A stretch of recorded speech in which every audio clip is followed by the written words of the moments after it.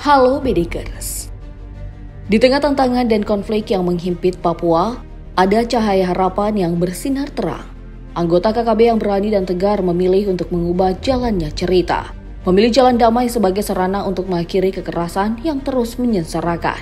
Dengan hati yang terbuka dan langkah penuh keberanian, mereka menyerahkan diri dan kembali bergabung dengan NKRI. Memberikan contoh inspiratif tentang kekuatan rekonsiliasi dan perdamaian. Lantas, bagaimana kisah selengkapnya? Mari kita bongkar. Pohon yang berakar dalam tanah akan kembali pulang saat angin bertiup. Pepatah ini cocok untuk menganalogikan para anggota KKB yang memilih untuk kembali ke pangkuan NKRI.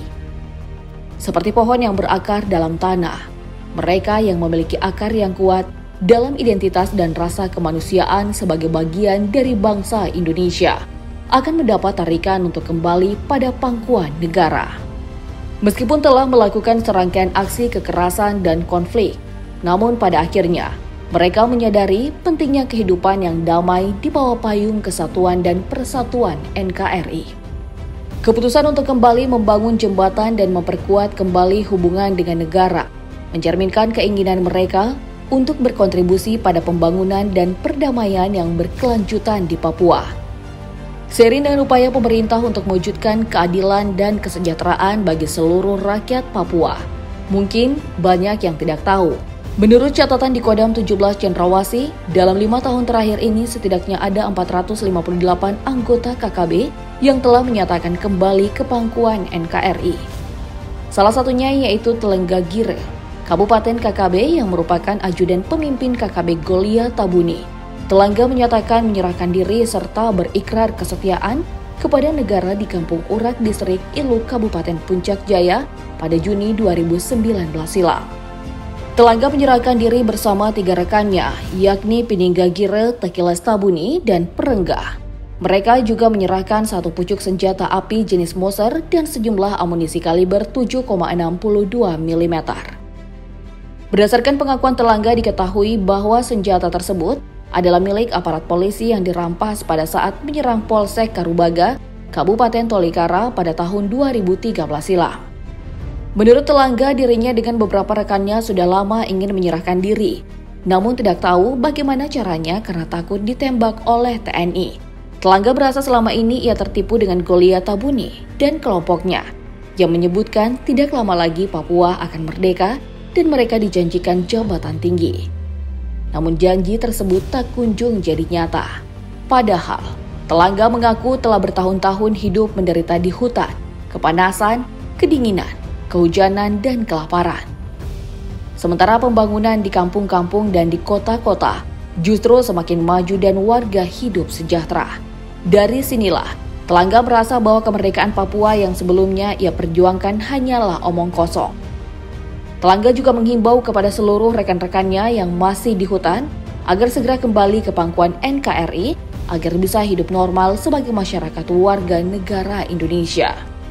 Kisah yang selanjutnya datang dari 3 orang sosok pimpinan Tentara Pembebasan Nasional Papua Barat, wilayah Dombera yang menyerahkan diri ke Polres Sorong Selatan 13 Maret 2023. Ketiga pimpinan KKB tersebut yaitu Melkianus Nabore, Yohanes Pontabah, dan Yance Nabore. Di antara ketiganya, Melkianus merupakan anggota KKB yang karirnya paling mentereng. Dia merupakan komandan batalion TPNPB Sorong Selatan wilayah Domberai. Sebagai komandan, Melkianus memilih pangkat yang cukup tinggi, yakni Letnan Kolonel. Kemudian Yohanes Pontaba merupakan wakil komandan batalion dengan pangkat Letnan 3. Sementara Yance Nabore statusnya hanyalah anggota biasa.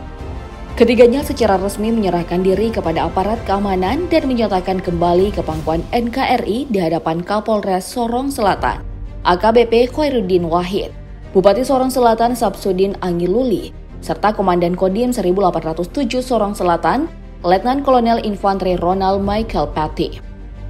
Dalam ikrarnya kembali ke pangkuan NKRI yang dilaksanakan di Aula Sembra Polres Sorong Selatan, ketiga mantan anggota KKB ini juga menyerahkan atribut seperti bendera bintang kejora, pakaian loreng, beberapa senjata tajam, serta kartu tanda anggota TPNPB.